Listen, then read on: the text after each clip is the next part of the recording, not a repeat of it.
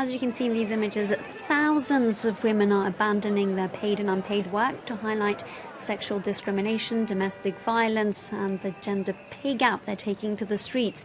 Some women are also ditching their domestic duties for the day. For more, let's cross to our Madrid correspondent Sarah Morris. Sarah, we've just seen some images of those protests happening this afternoon.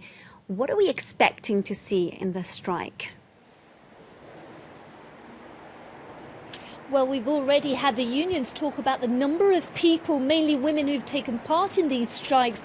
Some of the women have been striking for the whole day. Some of them are taking part in 2-hour stoppages throughout the day. 5.3 million people, say the unions.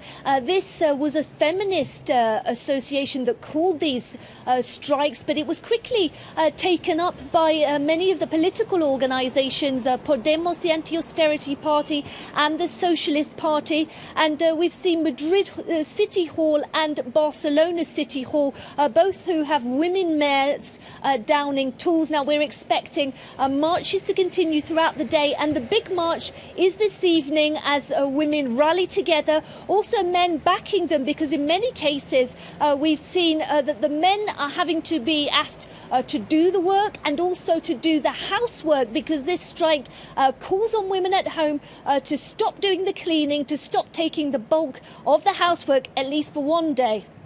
Now, Sarah, of course, I'd say this as a woman, it's great to see that women are taking action in Spain. As you mentioned, some 5.3 million of them. But with this particular strike, is it likely to have a wider impact beyond these women having their voices heard?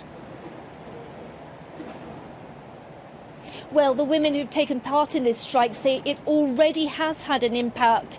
Spaniards woke up this morning to see that all the main stars on the morning television were absent. Most of the journalists, the female journalists, were joining that strike. And we've had the last week of talk about the inequality between men and women, particularly in the workplace. About 14% estimated per hour for what women earn compared to men, and particularly gender violence. Women here are very interested in doing something about gender violence. They take it a lot more seriously than many other countries, and they say that they have passed a cross-party law recently, but they want the budget for that to protect more women, up to 200 million euros. They're hoping the Prime Minister will sit up and take notice, as he's seen so many women today out on the streets.